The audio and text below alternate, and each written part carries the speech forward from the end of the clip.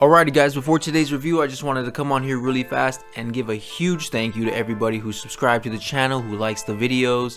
We have officially passed 100 subscribers. It's a huge milestone for me. Everybody give yourselves a pat on the back and a little clap.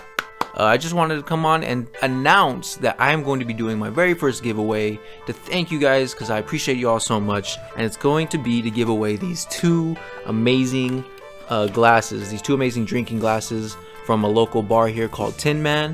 They are Star Wars and Tin Man themed. We got the Millennium Falcon on this side with a little Tin Man logo on the middle. Oh, shout out to Tin Man, by the way. And then we got a little baby Grogu on here holding a little hop in his hands.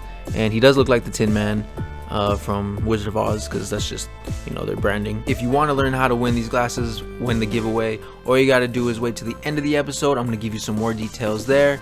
And thank you guys again so much. It's been amazing. Let's go ahead and get to the review, baby.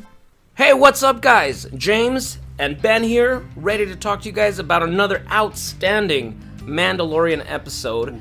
Chapter 14, The Tragedy, directed by my boy, Robert Rodriguez.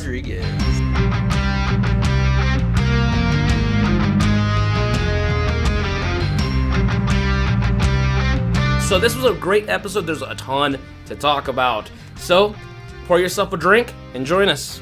Alright guys, so as we were saying, I mean, this episode just did not hold back. If you guys know me, if you've met me for 20 minutes of your life, I'll tell you, Boba Fett's my favorite character of all time. I tell my landlord that. I tell my mailman that. So, just so you know, I was really ecstatic. I don't think it's perfect, and negative Nancy over here. Even the things I'm not crazy about weren't bad. I love this episode so much. It has such kick-ass parts in it. And, of course, we get to see the big boy come back, the big man himself, Boba Fett. And this is what we have been waiting for. This is what has been teased since the first season. So it begins, they start making their way down to the planet Tython. Was it called Tython? Yeah. The one where Ahsoka told them. The Seeing Stone. And you know what? It's a nice change of pace. We started kind of being able to tell the pattern. Like, yeah, exactly. Something important happens, a little side story. Something important happens, side story. And this one just... from Ahsoka to Boba Fett. Yeah. So it's like, whoa, damn. And then to see Mando playing with Grogu, playing with his name, and seeing him react and him getting a kick out of it, that was pretty cool. And this episode is called The Tragedy for a reason. But if only I had known those were going to be the last moments we were going to get to spend in my boy's ship before it got blown to bits. That's the true tragedy of this episode. Yeah. I love that meme where it says, look how they massacred my boy. And it's from The Godfather. Also, one thing that I don't think people are realizing that, but Mando's flintlock rifle, the pulse rifle was in there. I did see a meme of that too, that's gone too. Oh man, I love that. He sits little Grogu on the Seeing Stone. He's like, well, do your thing, Grogu. And it's so funny. He turns away for a second to look at what we fans know as Boba Fett's Slave One ship. Oh my god. Okay, before we get to the funny part, what did you think of when you saw that, man? When he's like talking to Grogu and then you hear something. Well, as soon as he looked up into the sky, were you expecting to see the ship? No, I was expecting this Imperials because we knew in the last one that he's getting tracked. So I knew it's not going to be that easy that he's just going to sit there. You know, of course, there's bound to be like antagonists. Yeah. But I did not expect to crap my pants at that moment. And then you just see it and you already know like, oh, it's about to go down. Like this is that right there. I like shrieked. Like, it was like 1:30 in the morning. I'm like, no way! Like, it was incredible. I would honestly say it's my favorite ship of all time. Like, of all sci-fi, of all video games, anything. I love that ship. Mando sees it land, and he's like, buddy, we gotta get out of here. He's like, oh, crap. And then he's like, oh, man, come on, we gotta get here. He turns around to get Grogu, and Grogu's all fucking pieced out, bro. He's out of there. He's in another dimension, man. And so he is indeed getting in touch with a Jedi somewhere, somehow. Who knows what that Jedi is? Who is that Jedi is? We have a lot of predictions out there. But, and then he's like, we gotta get out of here. He tries to get him from it, and he gets, like, blown back from the force. Yeah, it was like a force field. A force field. It's a literal force field. And he can't get through. He tries again, I think. Or no, not yet. He tries like 3 times throughout the whole show. It's kind of... that part kind of annoyed me a little bit. I was like, bro. And then... this is one thing that annoyed me about this episode, why we give this thing that's not perfect, is like he doesn't use his name. He doesn't say Grogu. Hey, Grogu, snap out of it. After him doing it 3 times, I was like, bro, figure something out. I don't know why for me. I don't know, maybe this wouldn't work, but I would have used the whipcord. No. No, the whipcord to like and then bring them to me because I mean. That probably wouldn't work. I'd rather at least it would try something. Yeah, try something. We could at least see him try something else besides just throwing his body into it. For the 4th time. But anyway, so from there, he notices a shrouded figure coming out from the slave launch. He's like, I'm gonna go buy us some time. Just hearing Mando's behind a rock, and he's like peering, like, who is it? And then, I've been tracking you, Mandalorian, with that Maori accent, and you just know it's about to go down. Like, oh man, Tamaru Morrison blows it out of the water. I don't know if I'm saying his name right. I'm probably butchering it. His voice is so iconic, man. Yeah. Ever since the prequels, he does such a good job in those movies too. Jazz Django. He asks me, he's like, "Who are you?" I'm just a simple man trying to make my way in the universe. Like my father before me. In the universe. 2 different lines from 2 different eras of movies, and they put it all together. That's genius. That was really well written. Whoever wrote that, you get deserve an award for sure. Yeah, and I mean, I just love that entire exchange. I've come for the armor that you took from Cobb Vanth on Tatooine, and Mando thinks his armor, like, no, not your armor. Not your armor. My armor. And oh, dude, I was just ultimate fanboy This moment is what you've for been me. waiting for. Yes, my whole life. Before I was even born, Fett was already in the Sarlacc. Like, so for me, it was like, holy shit. My poor boy here has had to fight through so many people shitting on Boba Fett, saying that he's just trash, that he got killed by a blind guy, like he has never done anything. I kept making up excuses, dude. You had to debate so hard. You'd be like, nah, bro, but he did this awesome thing in the book. He's tricked people. Finally, most people are going to stop talking trash after this episode because he really redeems himself. And then we find out that he says, like, no, I got a sharpshooter aiming at your companion over there. And it turns out to be Fennec. It confirms what we all thought, that it was Boba Fett who found Fennec. He patched her up, threw some robotic parts on her abs, gave her a robotic 6-pack. Abs of steel. Hell yeah. Dude, killing it. Fixed her up like new. Now she owes him a life debt, so she's helping him out, get this armor back. Then Boba's like, let's put our weapons down. So then he makes him put his jetpack down. And then this leads to one of my bigger problems towards the end of the episode, is that he puts his jetpack down, and then he just never picks it up for the rest of the episode. But that's just one minor gripe that I had. Really cool. Then all of a sudden they hear another ship, and then it's a troop transport for stormtroopers, of course, because we know that now the Mando was being tracked. He's being tracked, and they're after the kid.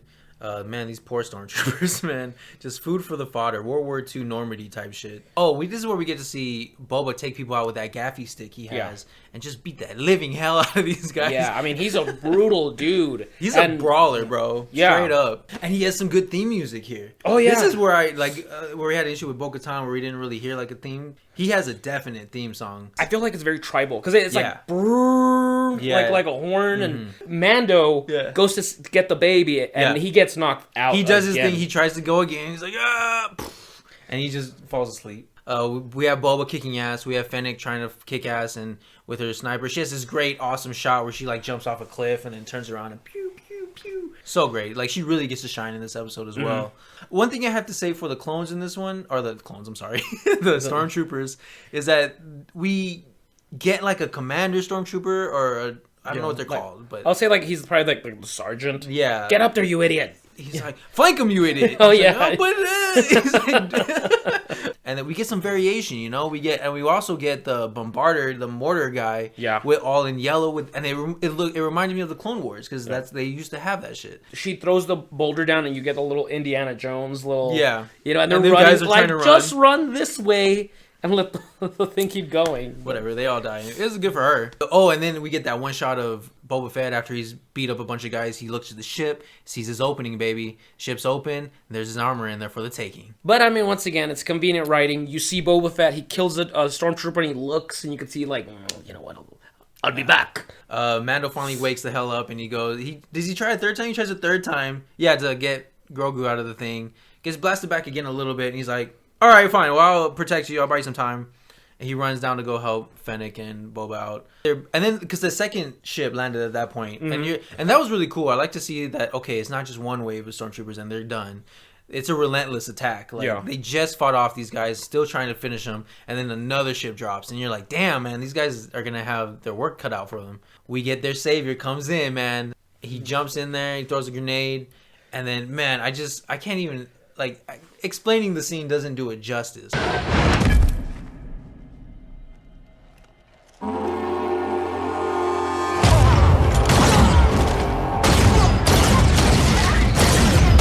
After 37 years, we finally see Boba Fett in live action, justifying himself, kicking ass. For all those people, like, he just stood there in the movies, he's overrated. Like, no, he's kicking ass in this one. Just really beautiful. It was just awesome. I was just having the time of my life. I've seen this episode like 6 times. And yeah, sir, he might have gained a little weight. Yeah, he was... Not a big deal, though. He still looks great. Yeah, so from here, it ends. You think it's over. We won the day. We all worked together. And then... boom! Oh, dude, rest in peace. Look how they massacred my boy. Let's take a drink for we got little homie. Cheers to the Razor Crest, man. What a beautiful, reliable ship. I know you're sad too. Yeah. So he's stuck with Slave One. They're all gonna have to huddle up in the little Slave One. Yeah, it's like a little sports car. So it's all. Gideon's like, I got a ace up my sleeve, bro. He sends the Dark Troopers down, or the Dark Troopers. Yep. They jetpack down, pick up the baby, jetpack up, out of there. We get that shot of the little baby like flying away, all scared. His little it's super face. sad but funny at the same time. Before that's happening, like we get Mando and Fennec trying to run up the mountain, and this is where I'm like, dude, go pick up your jetpack. It's right there where you left it. This whole episode, go pick it up, put it on, and get up there. So he decides to get some cardio in instead and run up the mountain with Fennec. So I don't know, that was kind of stupid. Once again, sexy Boba Fett action in the Slave One. You know, I got a clear shot, and then he's like, "Don't do it because it's gonna hurt the baby." So he's like, "Yeah," and then I'm gonna follow them to see where they're going, and then the Empire, they're back. And from here, that's when we see the shot of Mando, just really sad.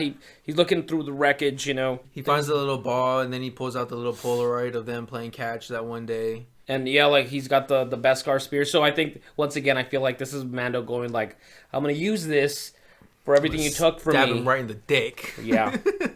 It ends with a little bit of Boba telling him like, want you to look at this, and like, this is me, like my chain code. I'm guessing your chain code's like your ID. And he's like, look, it's me. Here's me. This is my father Django before him. Good old Django. Here's a highlight for me. Before Disney bought Star Wars, Django Fett was a Mandalorian.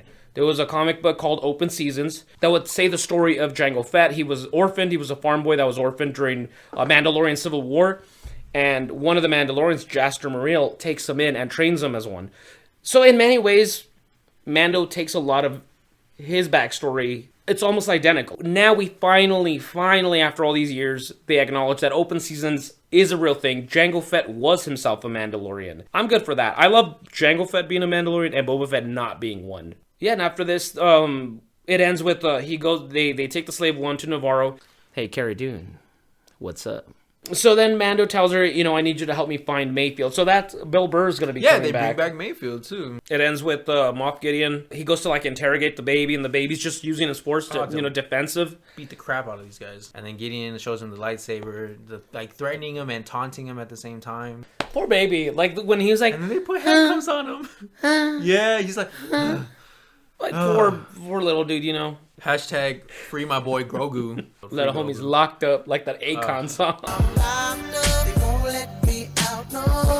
But yeah, let's go ahead and then hear your rating, James. I'm going to go with the 9 out of 10. 9 out of 10? I know I should emotionally give it a 10 out of 10, but I do have a couple of little gripes. And hear me out, you know, they're not necessarily bad things. So nothing technically is bad here, just something I think could have been done a little bit better. But once again, 9 out of 10. I love Boba Fett being back. I love how badass he is. He's brutal, but he's a leader. All this great stuff. You know, he's just a charismatic guy. I love that he kicked ass even without the armor. That's something that it's in the books. I mean, there's a story where he's wearing nothing but shorts and a bow and arrow to take down a bounty. Because I think sometimes the Mandalorian armor can kind of overshadow how badass they are. Yeah. I love Boba Fett. I love that he got his armor back. I love that Django Fett gets his justification that he was a Mandalorian. I love the music too. Once again, Boba's burn. He's just badass. Great. Things that I didn't love, and here's why I don't give it a 10, full 10. I actually thought the directing was very weak. It wasn't bad directing, but compare that to like last episodes. Dave Filoni's full of atmosphere and the showdown, and this one kind of felt like a Power Rangers episode to me. Go, go, Power Rangers! Go, go, Power Rangers! 3 armored badasses killing 40 incompetent putties. Now, once again, Robert Rodriguez has directed great things like Sin City. Yeah, Shark Boy and Lava Girl.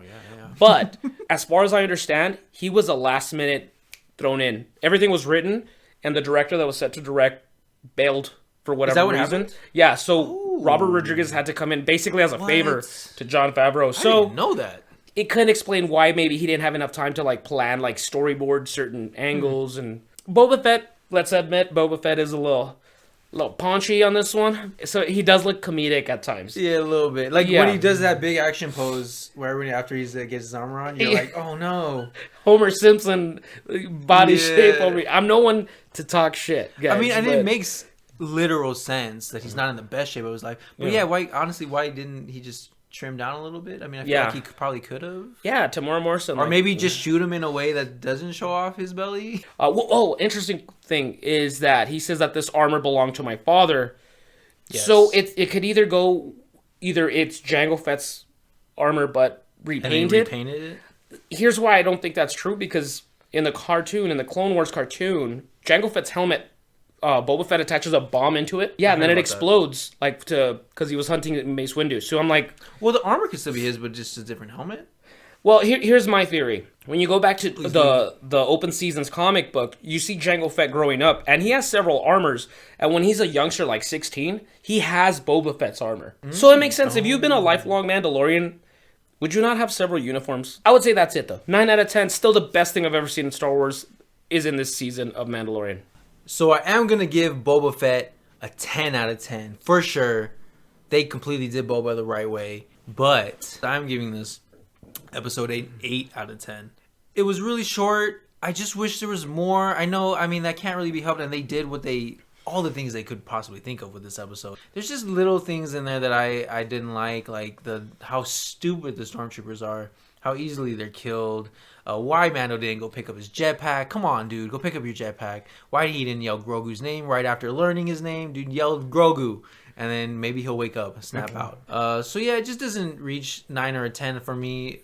8 out of 10 is still a pretty great score. I loved it. I thought it was still really good. I loved Boba Fett's theme song. I loved seeing Boba Fett. I loved seeing his pudgy ass in that armor again. It looks so cool. He just kicks so much ass. Just to remind you guys, we are just two guys, just two nerds talking about this. So our ratings aren't set in stone or anything. Don't let us dissuade you from thinking that it's a 10 out of 10 or anything. Whatever you guys think, go with it, man. Mandalorian has continued to surprise and excite and just make our nerd brains explode with every episode. And it's just so exciting to see where it goes. We got 2 episodes left, right? Yeah. 2 episodes left? That's it. It's the finale is pretty much here. Okay, so I have one quick, very brief theory. I could be just JFK conspiracy theories kind of guy, but it what if Boba Fett says, I'm here to help you, but then steals the child for somebody else, like Grand Admiral Thrawn? You were still very set on him betraying Mando, but he does the honorable thing in this one, which was cool to see, but it's not what I personally... I'm with you, dude. I wanted him to be a scoundrel, man. I wanted him to be bad. We don't know. We don't know how Boba Fett's going to react. Yeah, so... I don't know. But they make it seem in this episode that he's honorable. He's the honorable guy. Yeah. He might be a scoundrel every now and then, but right now he made a promise and he's going to do it. Yeah, but... I think that would really raise the stakes for the season finale. You think they won. We got the baby back. Hooray, like our team. And... before you know it, you just see him get the baby and the slave one takes off. That's so smart, because that would explain why he is being honorable, why he wants to get the baby back or help him get the baby back. Yeah. So that he has a chance to get him for himself. Yeah, and then, dude, what better way to make the galaxy know, I'm still alive and take me to the top when he's going to get, one of the most, priceless bounties in the galaxy right now. They even said in this one, the price of the bounty's gone up on the baby. Yeah, she does say that. And yeah, and then all of a sudden you see, a little hologram and, I got I acquired the bounty, and then, you see a little hologram of Grand Admiral Thrawn, great work, Fett. You haven't lost your touch. Bring him to me. And then, boom, it just introduces the villain for season 3. That sounds like a great idea. Say they... I would love that. Yeah, say Mando killed Moff Gideon, so you think that's it, it's over. But then, nope, I'm taking him to Thrawn that wants him for something else. I don't know. I'm calling it. Maybe I'm overthinking it, but I think that would be really cool. That sounds amazing, and I would love to see that. But guys, I think it's about time. You've waited long enough. If you made it this far, thank you guys so much. Like I said before this episode started, we are doing a giveaway. The Gangsta Post channel has reached 100 subscribers and is going up. And so to thank you guys, I'm giving away these 2 beautiful glasses. Oh, they're so cool. Yeah. I want to keep them for myself, but I am not. I'm going to be giving them away. To get these glasses, all you have to do, leave a like on the video and just comment. Do you like our reviews? What do you think of the episode? Or even if you don't like our reviews, tell me what you don't like. Anything really. You could just comment on the video, and I will draw randomly from that, and you will have a chance to win these amazing little glasses here. I'm gonna say America only.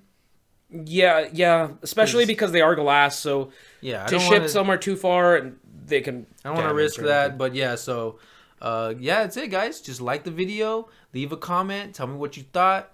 And this episode was great, man. I had so much fun. Tell me what you guys thought of the episode.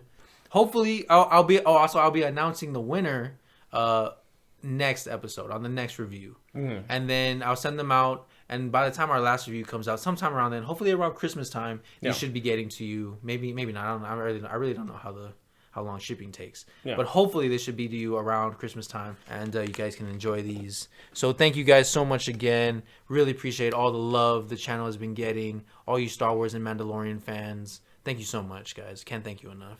Cheers it up to that, brother. Yeah, let's go ahead and cheers it up. Thank you very much, sir. Thank you so much for joining us on this one. We'll see you guys next week with another one. So, cheers. Yeah, hell yeah. Cheers, guys.